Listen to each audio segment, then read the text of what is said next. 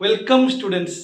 তোমরা জানো যে মাধ্যমিকের রেজাল্ট ভালো করতে গেলে টেস্ট পেপার সলভ করতেই হবে, আর অলরেডি তোমরা স্কুল থেকে নতুন টেস্ট পেপার পেয়ে গিয়েছো।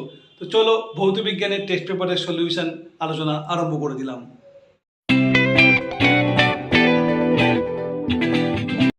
একের এক, তরলের ক্ষেত্রে বিবেচ্য উত্তর হবে আয়তন প্রসারণ, কারণ তরলের নির্দিষ্ট আয়তন আছে, কোনো আকার নেই। শূন্যস্থানে ও কোনো মাধ্যমে আলোর বেগ সি ও ভি হলে প্রতিফলাঙ্ক হবে C/V। একটা গোলীয় দর্পণের ফোকাস দূরত্ব 10 সেমি হলে বক্রতা ব্যাসার্ধ হবে তার দ্বিগুণ, মানে হলো 20 সেমি। জুল পার কুলাম কোন ভৌত রাশির একক? জুল মানে কার্য, কুলাম মানে আধান, তাহলে বিভব বা বিভব প্রভেদ।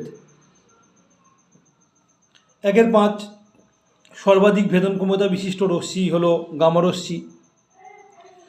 1/6 যান্ত্রিক শক্তি থেকে তড়িৎ শক্তি উৎপন্ন করা যায়। যান্ত্রিক থেকে তড়িৎ শক্তি হলো তোমার ডাইনামো বা জেনারেটর। যে তাপমাত্রায় একটি আদর্শ গ্যাসের আয়তন শূন্য হয়, উত্তর হলো -273 ডিগ্রি সেন্টিগ্রেড। এটাই পরম শূন্য তাপমাত্রা। 0 কেলভিনও থাকতে পারে, সেটা খেয়াল করতে হবে। সূর্যের অতিবেগুনি রশ্মির ক্ষতিকারক প্রভাব থেকে জীবজগৎকে রক্ষা করে ওজোনোস্ফিয়ার, ওজোনমণ্ডল ইউভি রশ্মি শোষণ করে নেয়। অম্লধর্মী বিজারক গ্যাস কোনটি? না দেখো, অম্লধর্মী গ্যাস এখানে রয়েছে একমাত্র H2S, সুতরাং এটাই উত্তর হবে। প্রদত্ত কোন হাইড্রোজেন ঘটিত যৌগটি তড়িৎযোজী প্রকৃতির? সেটা হচ্ছে H2S। এরপর মেন্ডেলিফের মতে মৌলের ভৌত ও রাসায়নিক ধর্ম নির্ভর করে মৌলের পারমাণবিক ভরের উপর। ঠিক আছে, এটা মেন্ডেলিফের মতে। ভর সংখ্যা কেউ বলতে পারে, কিন্তু ভর সংখ্যা তো কোনো পর্যন্ত আবিষ্কার হয়নি ব্যাপারটা। তারপর দুটি ধাতু সম্পন্ন আকরিক হলো, দুটি ধাতু সম্পন্ন আকরিক মানে দুটো ধাতু আছে একসঙ্গে। Copper pyrites, bauxite, zinc blend, iron pyrites.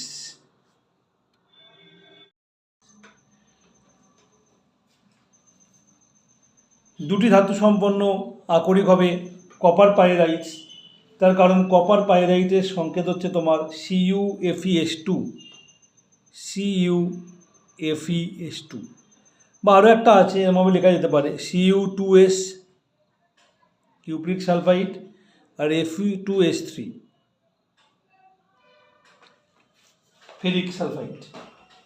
তারপর কোন গ্যাসের অণু অক্সিজেনের অণুর সাপেক্ষে 1.5 গুণ ভারী হলে গ্যাসটির আণবিক ভর কত হবে? তো অক্সিজেনের আণবিক ভর তো 32, তার সঙ্গে 1.5 গুণ করলে কত হবে? 48। 1/14 সম্পৃক্ত হাইড্রোজেন অথবা অ্যালকেন জাতীয় যৌগের মুখ্য বিক্রিয়া হলো। মুখ্য বিক্রিয়া হচ্ছে প্রতিস্থাপন বিক্রিয়া। সম্পৃক্ত মানে কি? সেখানে যা প্রয়োজন তাই আছে, ফলে বিক্রিয়া করে অন্যের সঙ্গে জুড়তে তখনই পারবে যখন একজনকে সরাবে, তাহলে প্রতিস্থাপন ছাড়া হবে না। 1/15 তড়িৎ পরিবহনে অক্ষম পদার্থটি হলো, তড়িৎ পরিবহন করতে পারে না CCl4, কারণ এটা সমযোজী পদার্থ।